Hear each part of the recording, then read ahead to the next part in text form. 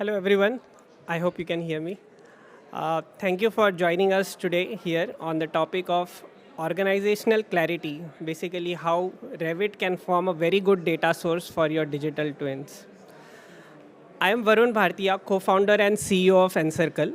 Uh, I come here with an experience of building 100 plus applications for various organizations. We've been a custom software development company for 10 years and have contributed in building bespoke application for a lot of companies. Hi, my name is this on? There we go. My name is Ryan Connolly. I work for WeWork. We manage about 35 million square feet of digital twin space, which is where I came into the digital twin space, and we do that in partnership with nCircle. So let's start with quick history of digital twin. What do you think was the earliest example of digital twin? It was Apollo mission in 1960, about 40 years ago before digital twin term was coined. It is a lunar simulator module. Why was it built? Why couldn't it have been a remote control car on the moon like we have it? Because just the communication with moon and back takes about 2.5 seconds to happen.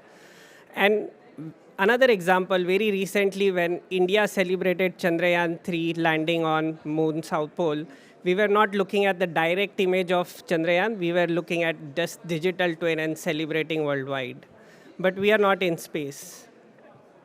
So one of the things that we've been working to build digital twins for about the last 3 years for WeWork space, and there's been a lot of talk about BIM modeling and BIM process and how that compares with digital twins, and is a BIM model a digital twin? And we know the answer is no, but there's a lot of overlap between both the definition of the BIM, not necessarily the BIM process, but the model, which is the artifact of that process. And that what happens at handover is that if that BIM model often gets shoved in a folder and never looked at again,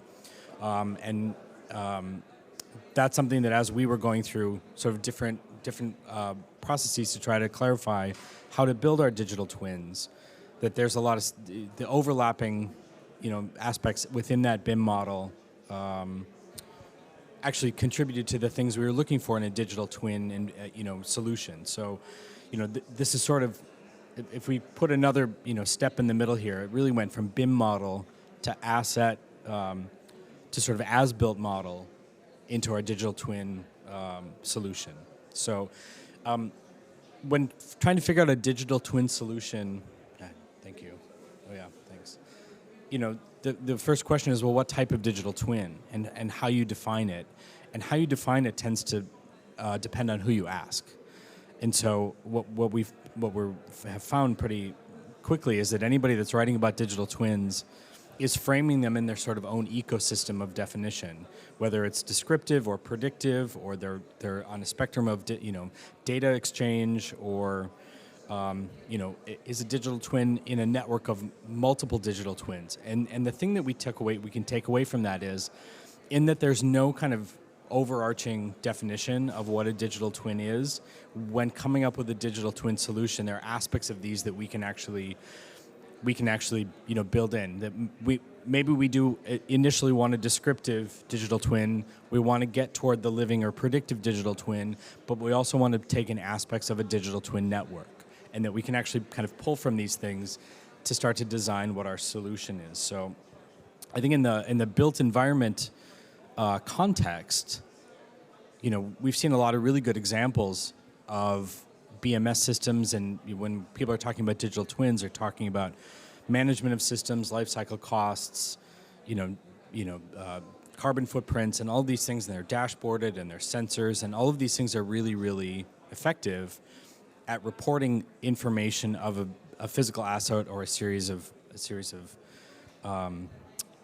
aspects about a building. And from what we were looking for, there was no product on the market that delivered other things that we needed in terms of like 3D geometric data, floor plan graphics, both in 2D and in 3D, exportable things that go into some sort of asset management systems, a real standard taxonomy of kind of user-friendly elements like rooms and doors and floors and floor plans. Exportable data, both in terms of like at the moment or connecting that data downstream into business management systems. And I think something to keep in mind is that we're dealing with buildings in a different way than a lot of other people, which is as a product. So we're actually managing inventory in a Revit model, which is we kept looking for a solution that did this, and there wasn't really anything else on the market. And we're like, all of our buildings were built in Revit to start with, that maybe that's our starting point. So let's look at why Revit. Like Ryan said, a lot of companies and platforms start with do not consume the data that you already have, whereas Revit already has very rich model already prepared in the process. Revit has a very, very elaborate taxonomy. Everything is classified to the level of granularity that you want to track and make use of your spaces to really optimize or increase your revenue. It is also an industry format, and it does provide a lot of export options. You can bring out data from Revit in various possible ways that you want to. More importantly, a lot of digital twin applications don't focus on change management. You only are monitoring things, but when it comes to changing things, if you have Revit at the back end, you can start to make changes and start to see the results and improvement of outcome. There are certain challenges with Revit. Obviously, software cost could be high. Sometimes with people complain about performance with very large model, real-time updates, and other things. But I think one of the most important factor that I feel why you should still consider when a message is for the leadership, because people just resist change.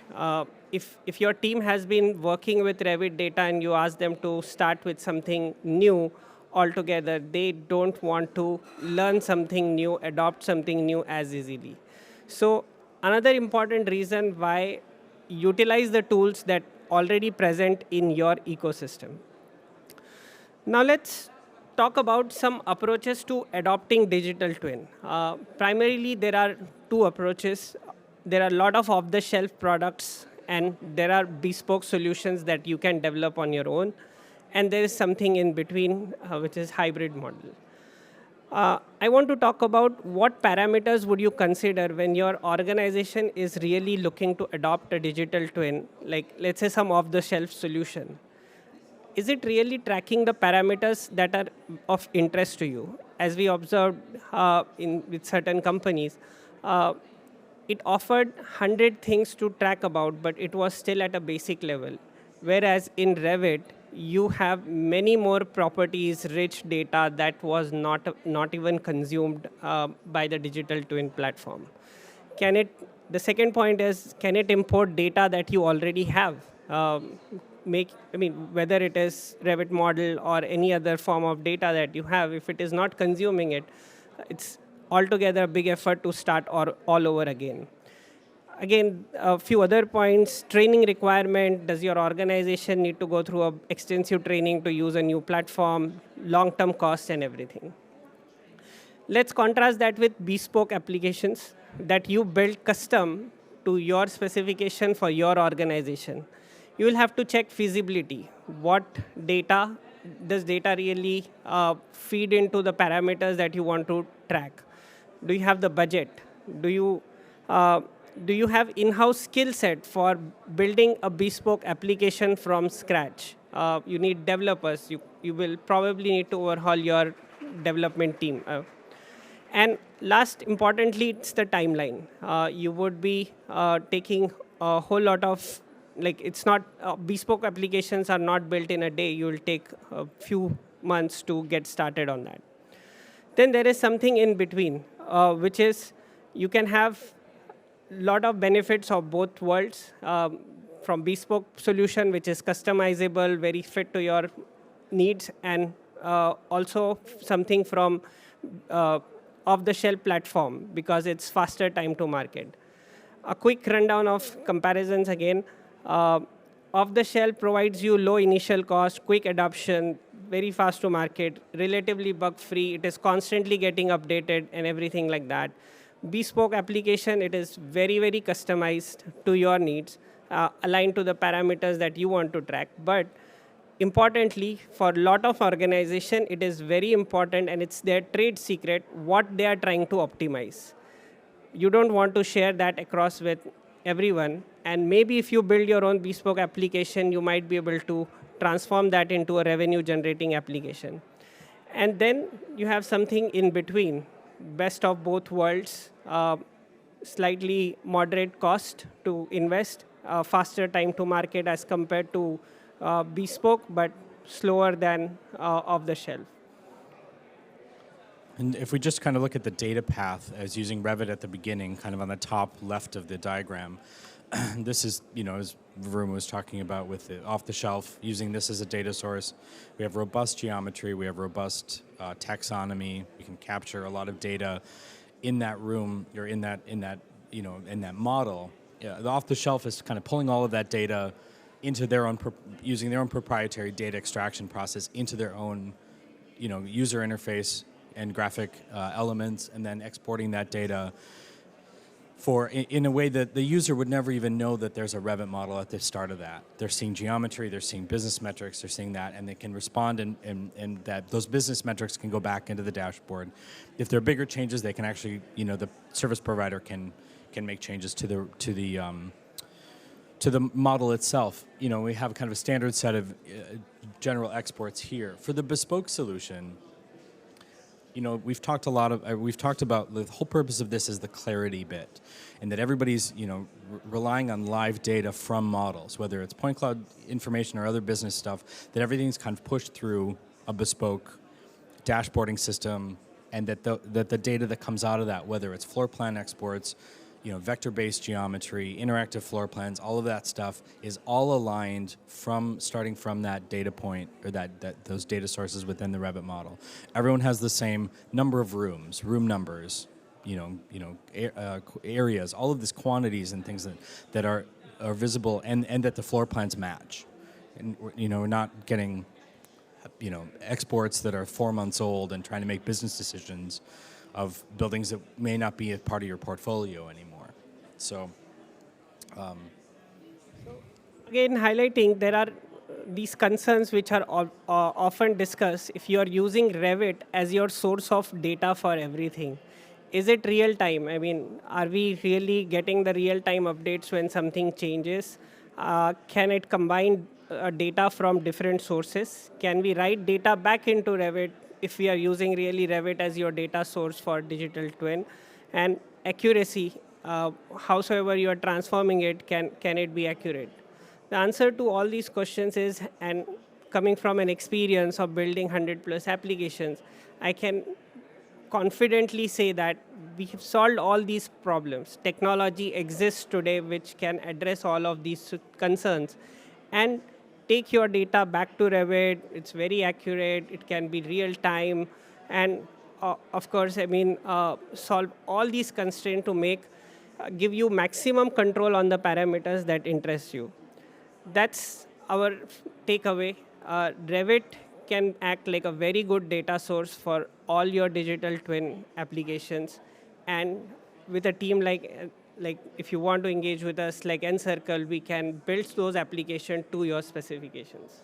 And I think, as we were looking for digital twin solutions and ended up kind of going back to our Revit design models, we can, I think a lot of the digital twin conversation in the AEC industry is so inwardly focused. But there's a McKinsey statistic that's interesting, which is 70% of C-suite technology executives at large enterprises are already exploring and investing in digital twins.